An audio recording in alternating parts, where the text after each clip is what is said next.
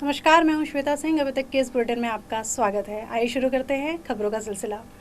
नया जिला बनने जा रहे बालोद में गुंडरदेही को नहीं जोड़े जाने खींचतान शुरू हो गई है।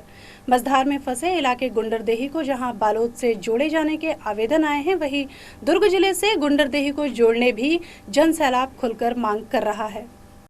दुर्ग और अब नया जिला बालोद के बीच गुंडरदेही इलाका अधर में फंसा हुआ है। गुंडरदेही को बालोद से जोड़ने की मांग जहां सरगर्मी से उठी है, तो वहीं दुर्ग जिले में भी गुंडरदेही इलाके को जोड़ने ये लोग मांग कर रहे हैं। रुकता नहीं थी, जिसकी कल्पना भी गुंडर क्षेत्र का एक निवासी एक व्यक्ति नहीं कर सकता था। इसलिए हम लोगों ने जनप्रतिनिधियों को छोड़कर एक प्रबुद्ध नागरिक गणों ने गुंडर क्षेत्र बचाओ एक जनमंच का निर्माण किया और उसके बैनर तले हमने विधिवत इस क्षेत्र के लोगों से लगातार आपत्तियां मंगाई और सक्षम अधिकारी जहां नोटिफिकेशन में सरकार का आदेश था, हमने वहां पर लगातार अपनी आपत्तियां दर्ज कराई। उस कारण की अनेक वजह थी, जिससे प्रमुख क्षेत्र जैसे कि स्वास्थ्य, हमारे बाजू डॉक्टर साहब खड़े में बताएंगे, एक व्यक्ति को अगर जिला अस्पताल रिफर किया जाता है जिला बनने के बाद, तो वो बालोद हो जाएगा, चूंकि वहाँ मूल रूप से के मूलभूत संसाधन सुविधा उपलब्ध नहीं है। जिला प्रशासन गुंडरदेही के लिए उठ रही दो तरफा मांगों का पुलिंदा जुटा रहा है और इन मांगों को राज्य सरकार को भेज रहा है। 30 नवंबर तक के दावा आपत्ति का निर्धारित अवधि था। उसमें हमारे गुंडरदेही तहसील में लगभग 1000 से ऊपर 1022 करीब आपत्तियां बालोद में शामिल करने पे आई है।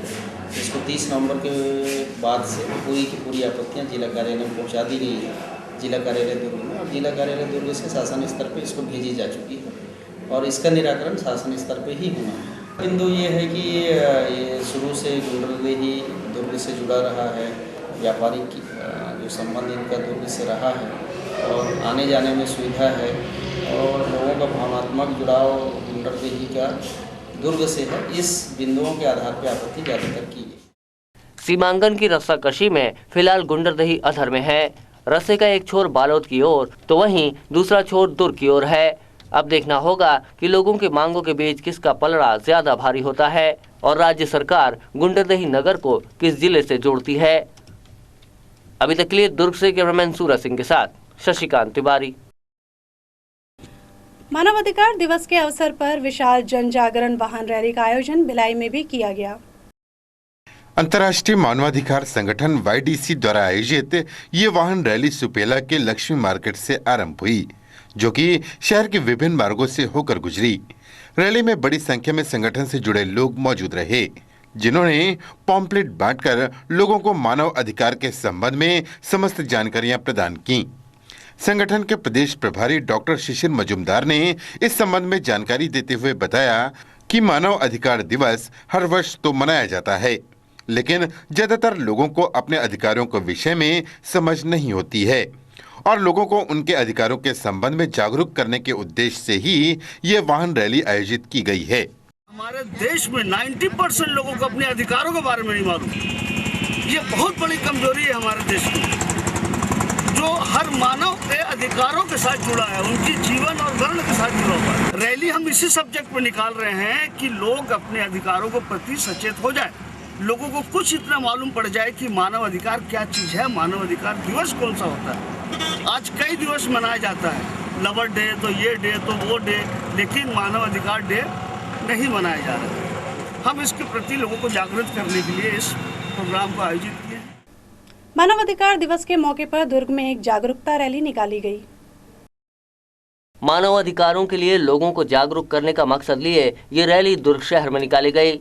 इन लोगों के मुताबिक आज भी आम आदमी अज्ञानता के कारण अपने मौलिक हकों को नहीं जानता और यही दूरी तब नुकसानदायक रहती है जब तमाम तकलीफों और गैरवाजिब दमन से जूझता इंसान अधिकारों के रहते उनका वाजिब इस्तेमाल नहीं कर पाता।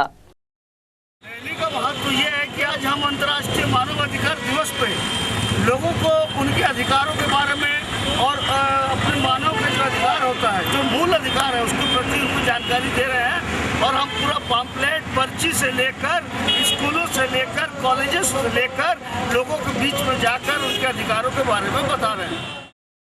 नगरीय निकायों में छत्तीसगढ़ राज्य परिवहन निगम और सिंचाई विभाग के कर्मचारियों की पदस्थापना की है। निकायों के असल पदस्थ कर्मचारी इसका विरोध करने लगे हैं। निगम कर्मचारियों के मुताबिक सिंचाई और राज्य परिवहन निगम के कर्मचारियों को 6वें वेतनमान और तमाम सुविधाएं मिलती हैं, लेकिन अब निगम कर्मचारी लंबे समय से इन सुविधाओं के अभाव में जी रहे हैं। नगर निगमों में छत्तीसगढ़ भर के 1000 के करीब ऐसे कर्मचारी पदस्थ किए गए हैं जो राज्य परिवहन निगम और सिंचाई विभाग में पहले पदस्थ थे। नगर निगम के असल कर्मचारियों के माने तो निगम मद से उन्हें तनख्वाह और तमाम सुविधाएं दी जाती हैं। निगम कर्मचारियों की नाराजगी इस बात को लेकर है कि असल निगम कर्मचारियों को न छठवां वेतनमान की सुविधाएं मिली हैं और न कई शासकीय ऐसी सुविधाएं जो कि छत्तीसगढ़ परिवहन निगम और सिंचाई विभाग से पदस्थापित किए गए कर्मचारियों को मौजूदा तौर पर दी जा रही हैं। कि एक तरफ जो है नगरीय निकाय को शासन के द्वारा चारागाह बना दिया गया है और नगरीय निकायों में दूसरे विभागों से करीब 1000 कर्मचारी यहाँ पर पदस्थ किए गए हैं, जिसमें अधिकांशतः राज्य परिवहन से हैं और दूसरा इरिगेशन के। ये तमाम लोग जो हैं अब छठवां वेतनमान पा रहे हैं और नगर निगम और नगर पालिकाओं खजाने से इनके वेतन दिया जा रहा है, दिलवाया जा रहा है, परंतु जो मूलतः नगरीय निकाय के कर्मचारी हैं नगर निगम, नगर पालिका, नगर पंचायतों को, उन कर्मचारियों को नहीं मिल पा रहा है। एक तरफ शासन 65% का रोना रो रही है और दूसरे तरफ जो है इन विभागों कर्मचारियों को यहाँ पदस्थ करके और दूसरा संविदा नियुक्ति करके नगर निगम की आर्थिक हालत जो है लगातार खस्ता स्वयं सरकार कर रही है, जिसका हम सब विरोध कर रहे हैं। भिलाई के वार्ड क्रमांक 21 में भिलाई महिला तेलुगु समाज ने अपना 8वां स्थापना दिवस और अखिल भारतीय कांग्रेस कमेटी की अध्यक्ष सोनिया गांधी का जन्मदिन एक साथ हर्षोल्लास के साथ मनाया। इस दौरान एक समारोह का आयोजन किया गया जिसमें समाज की महिलाओं का सम्मान हुआ। साथ ही अंडमान निकोबार से पहुंची समाज सेवी कमला देवी को भी विशेष रूप से सम्मानित किया गया। भिलाई कैंप एक वार्ड क्रमांक 21 में पिछले कई वर्षों से महिलाओं को सशक्त बनाने के उद्देश्य से अनम्ब भिलाई महिला तेलुगु समाज का 8वां स्थापना दिवस सोनिया गांधी निःशुल्क सिलाई कढ़ाई प्रशिक्षण केंद्र में हर्षोल्लास के साथ मनाया गया, जहां कांग्रेस के अध्यक्ष सोनिया गांधी के 66वें जन्मदिन पर प्रशिक्षण केंद्र की महिलाओं को सम्मानित किया गया। इस कार्यक्रम में बतौर मुख्य अतिथि वार्ड पार्षद जी भानुमति पहुंची और कार्यक्रम की अध्यक्षता प्रशिक्षण केंद्र के संस्थापक बी जोगर राव ने की, जहां अतिथियों ने सोनिया गांधी के जन्मदिन पर केक काटकर उनके जन्मदिन की खुशियां मनाई। इस मौके पर अभी तक से चर्चा करते हुए तेलुगु समाज के संस्थापक बी जोगर राव ने कहा कि 1600 से भी अधिक महिलाओं को इन्होंने इस केंद्र के माध्यम से सशक्त बनाया है। निःशुल्क सिलाई कढ़ाई प्रशिक्षण स्थापना दिवस का 8वीं वर्ष का स्थापना दिवस हमने मनाया। हमारे उद्देश्य यही है कि गरीब महिलाओं को उत्थान और प्रोत्साहन करना। इसी उद्देश्य से ये सेंटर दिन दिन आगे बढ़ रहा है और इस सेंटर और आगे बढ़ेगा। इसी उम्मीद के साथ आज ये स्थापना दिवस हम लोग मना रहे हैं। फिलहाल इस स्थापना दिवस में अंडमान निकोबार से पहुंची समाज सेवी कमला देवी का सम्मान किया गया। इस दौरान सिलाई कढ़ाई केंद्र की सैकड़ों प्रशिक्षार्थी सहित गणमान्य नागरिक उपस्थित रहे। ब्यूरो रिपोर्ट अभी तक। अखिल भारतीय कांग्रेस कमेटी के राष्ट्रीय अध्यक्ष सोनिया गांधी का 66वां जन्मदिन सेक्टर 4 मार्केट में भी धूमधाम के साथ मनाया गया, जहां इस दौरान स्कूली बच्चों ने केक काटा। जिला कांग्रेस कमेटी के सदस्य आर.डी. कोरी द्वारा कराए गए इस कार्यक्रम में पहले सोनिया गांधी जय जयकार के नारे लगाए गए। तत्पश्चात स्कूली बच्चों ने एक दूसरे को केक खिलाकर खुशियां बांटी। इस दौरान अभी तक से चर्चा करते हुए जिला कांग्रेस कमेटी के सदस्य आर.डी. कोरी ने कहा कि श्रीमती सोनिया गांधी के सुस्वास्थ्य की कामना के लिए यह कार्यक्रम उन्होंने आयोजित किया है। राष्ट्रीय कांग्रेस पार्टी की राष्ट्रीय अध्यक्ष एवं यूपीए की चेयरपर्सन माननीय श्रीमती सोनिया गांधी का 66वां जन्म दिवस बड़े धूमधाम और हर्षोल्लास के साथ मनाया गया। माननीय श्रीमती सोनिया गांधी दीर्घायु हो, लंबी उम्र हो, स्वस्थ रहें और राष्ट्र के प्रति जो काम कर रही हैं बहुत सराहनीय काम है। मैं प्रार्थना करता हूँ ईश्वर से कि उन्हें स्वस्थ रखे, दीर्घायु हो, उम्र लंबी हो और कांग्रेस पार्टी उनके नेतृत्व में मजबूत रहे। अक्षय पात्र फाउंडेशन द्वारा इन दिनों सांस्कृतिक आनंद उत्सव का आयोजन किया जा रहा है, जिसमें शासकीय प्राथमिक और पूर्व माध्यमिक शालाओं के बच्चे हिस्सा ले रहे हैं और विभिन्न स्पर्धाओं में शामिल होकर भारतीय संस्कृति को नजदीक से जान रहे हैं। स्कूली छात्र भारतीय संस्कृति से अवगत हो सके, इसी सोच के साथ अक्षय पात्र फाउंडेशन इन दिनों एक मनोरंजक और अलौकिक सांस्कृतिक आनंदोत्सव का कार्यक्रम आयोजित कर रहा है, जिसमें सभी शासकीय स्कूलों के बच्चे शामिल होकर अपनी संस्कृति को नजदीक से जान रहे हैं। पौराणिक वेशभूषा, लोक नृत्य, गीता श्लोक का आलाप सहित यहाँ विभिन्न स्पर्धाएं आयोजित हो रही हैं। इन स्पर्धाओं के माध्यम से ये बच्चे मनोरंजक प्रस्तुतियां देकर अपनी प्रतिभा प्रदर्शित कर रहे हैं। साथ ही सांस्कृतिक तस्वीर भी बखूबी प्रस्तुत कर रहे हैं। ये संकुल स्तरीय सामूहिक गीत, सामूहिक नृत्य, एकल नृत्य और इस प्रकार से निबंध, चित्रकला, गीता श्लोक, ये सब आयोजन अक्षय पात्र संस्था के द्वारा किया गया है। ये संकुल स्तरीय है। इसी तरीके से 13 संकुल में होगा कार्यक्रम।